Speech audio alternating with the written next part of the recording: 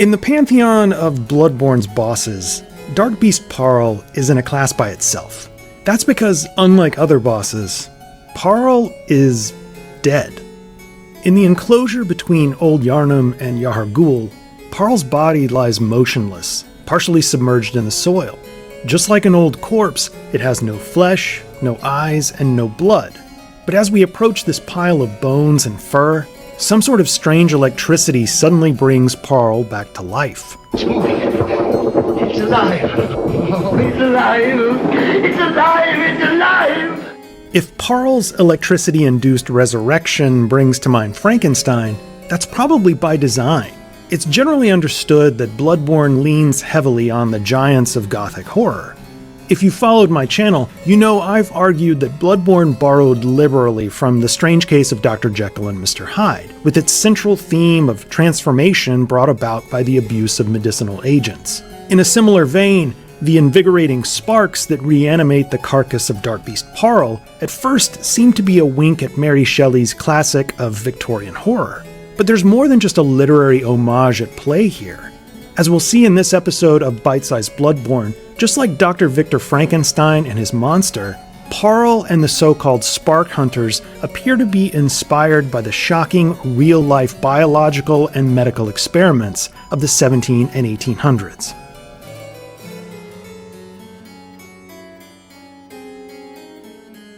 Mary Shelley's Frankenstein was published in 1818 and centers on the protagonist Dr. Victor Frankenstein, a man who was enthralled by alchemy and the burgeoning natural sciences around the turn of the 19th century. The doctor's fascination with what we might today call electrochemistry leads him on a quest to create life by his own hands, specifically to imbue life into inanimate, albeit organic matter.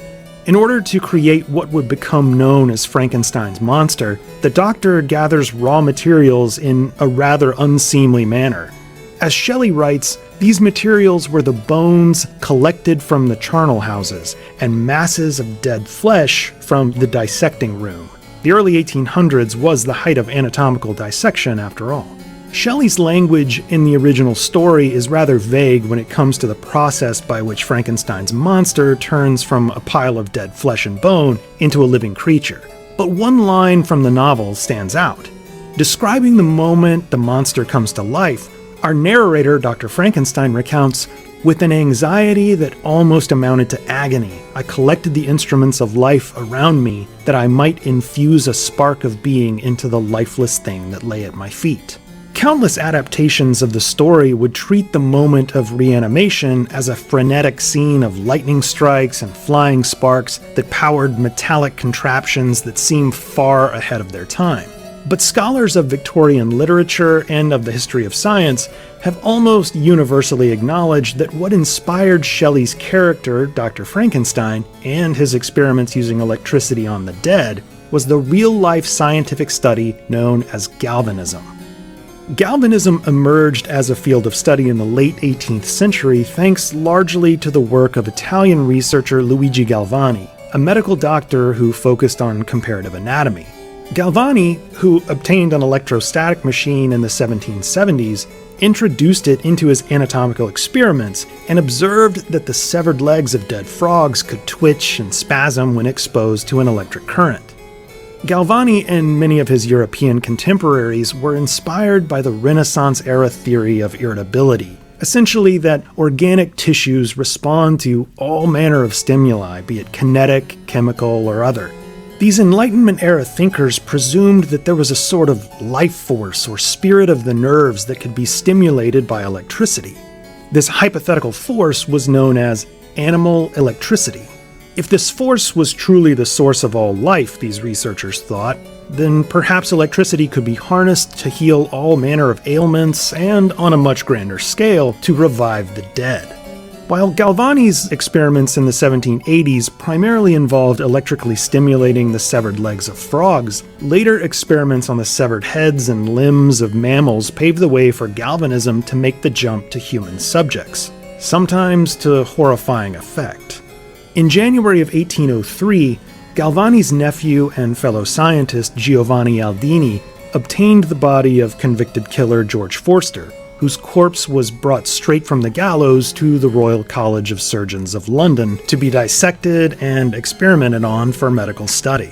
Aldini was on a European tour and had come to London at the request of the Royal Humane Society to determine whether galvanism could be used to successfully revive sufferers of asphyxiation, primarily drowning victims. Forster, who had been hanged just an hour earlier, was to be the test subject. Using a galvanic battery of copper and zinc plates, Aldini applied a rod to Forster's head, causing the jaw to quiver and his facial muscles to contort. His left eye even suddenly opened. According to Aldini's notes, additional shocks prompted Forster's body to convulse, almost to give an appearance of reanimation. In the end, galvanism couldn't revive Forster, proving the limits of this promising line of study. It's often asserted that Aldini and his experiments with galvanism in London served as the main inspiration for Dr. Victor Frankenstein in Mary Shelley's eponymous novel. A popular theory is that English surgeon Anthony Carlisle, who was in attendance for Aldini's galvanism experiment, must have shared his first-hand account of the event during an 1803 dinner party hosted by William Godwin, Mary Shelley's father. Shelley would have only been 5 years old at the time, but perhaps she heard the story from her father in later years. A more likely theory is that Shelley's husband, Percy Shelley, stoked her interest in galvanism, as he himself was fascinated by the subject, had lightly dabbled with it while a student at Oxford, and remained an avid reader of books on the potential of reanimation. Continued study of electrophysiology by physicians of the early 1800s, including that of Scottish scientist Andrew Urey, would stoke public fears about resurrecting the dead. But the fruits of this work ultimately would save many lives. By the mid-1800s, surgeons in England and Scotland came to rely on electric shock in cases when a patient's heart or respiration stopped as the result of overexposure to ether and chloroform anesthesia. Much like modern-day doctors use a defibrillator to shock the heart back into action, surgeons in the 19th century would zap patients using a galvanic battery that in many cases would restore normal breathing and heartbeat. In my series, An Agony of Effort, The True Story of Bloodborne, I argued that Bloodborne is a massive allegory for the horrific, often blood-soaked medical research of the 17 and 1800s. The dissection of cadavers plays a central role in this extensive medical metaphor, and From Software uses hunters as a parallel for anatomists of the Georgian and Victorian eras, whereas beasts serve as a parallel for medical patients and, much more commonly, cadavers. We see that relationship play out yet again with the Spark Hunters and with Dark Beast Parl.